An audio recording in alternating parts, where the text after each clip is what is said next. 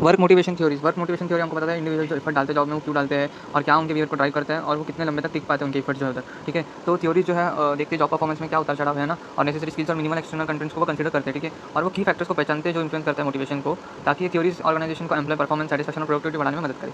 तो types of work motivation theories क्या क्या है, उसको ब्रॉडली कैटेगराइज करते हैं कंटेंट थ्योरी में और प्रोसेस थ्योरी में। तो कंटेंट थ्योरीज ऑफ मोटिवेशन में क्या आता है कि वो देखते हैं कि क्या मोटिवेट करता है इंडिविजुअल्स को, जो कि उनकी नीड्स, डिज़ायर्स और गोल्स के ऊपर ज़्यादा फोकस करता है, ठीक है, एज अ मोटिवेशन का की ड्राइवर, ठीक है।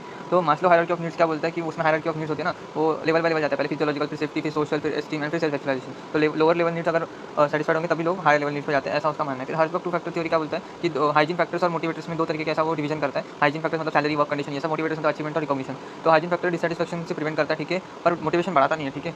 तो जो मोटिवेटर्स है वो अपने आप ही जॉब सेटिस्फैक्शन और परफॉर्मेंस को बढ़ाता है, ठीक है। हाइजीन फैक्टर्स वैसा नहीं करता, ठीक है।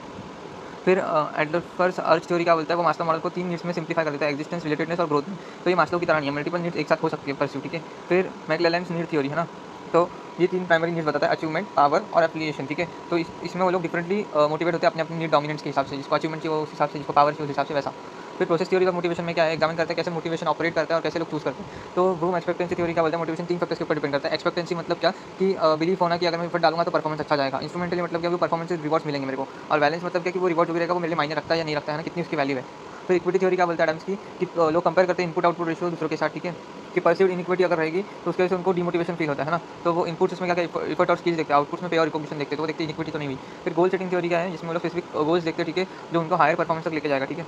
तो गोल्स कैसे होने चाहिए, स्मार्ट होने चाहिए ना, स्पेसिफिक, मेजरेबल, अचीवेबल, रिलेवेंट और टाइम बाउंड। फिर सेल्फ डिटर्मिनेशन थ्योरी क्या बोलता है, वो इंट्रिंसिक और एक्सट्रिंसिक मोटिवेशन के ऊपर ध्यान देता है। इंट्रिंसिक मोटिवेशन मतलब क्या, जो इंटरनल सेटिस्फैक्शन हो। एक्सट्रिंसिक मतलब जो एक्सटर्नल रिवॉर्ड्स के ऊपर है ना। फिर रीइंफोर्समेंट थ्योरी क्या है, बिहेवियर जो रिवॉर्ड्स और पनिशमेंट से शेप होते हैं। पॉजिटिव रीइंफोर्समेंट रहेगा तो डिजायर्ड बिहेवियर मिलता है हमको जो चाहिए वो, वाइल नेगेटिव रीइंफोर्समेंट अगर करेंगे तो अनडिजायर्ड एक्शन जो कम हो जाता है ना।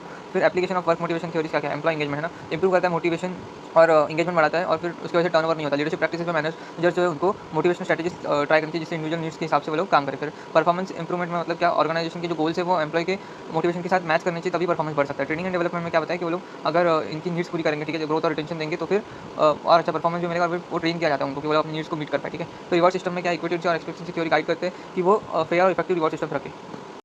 फिर चैलेंजेस एंड लिमिटेशंस में क्या है, यूनिवर्सल एप्लीकेशन इशूज़ है इसमें, है ना, कि मतलब ये थ्योरी जो है मास्लो की जो है वो यूनिवर्सली अक्रॉस कल्चर्स नहीं हो पाती है ना। ओवर सिंप्लीकेशन है, मतलब कंटेंट थ्योरी जो है वो कॉम्प्लेक्सिटी नहीं देख पाती ह्यूमन मोटिवेशन की। बिहेवियरल फोकस की सम थ्योरी जो है इग्नोर करता है इंट्रिंसिक मोटिवेशन, है ना। तो डायनामिक नेचर क्या है इसका, मोटिवेशन जो है काफ़ी डायनामिक होता है, सिचुएशनल फैक्टर्स के ऊपर डिपेंड करता है, तो ये कोई स्टैटिक मॉडल इसको एड्रेस नहीं कर सकता।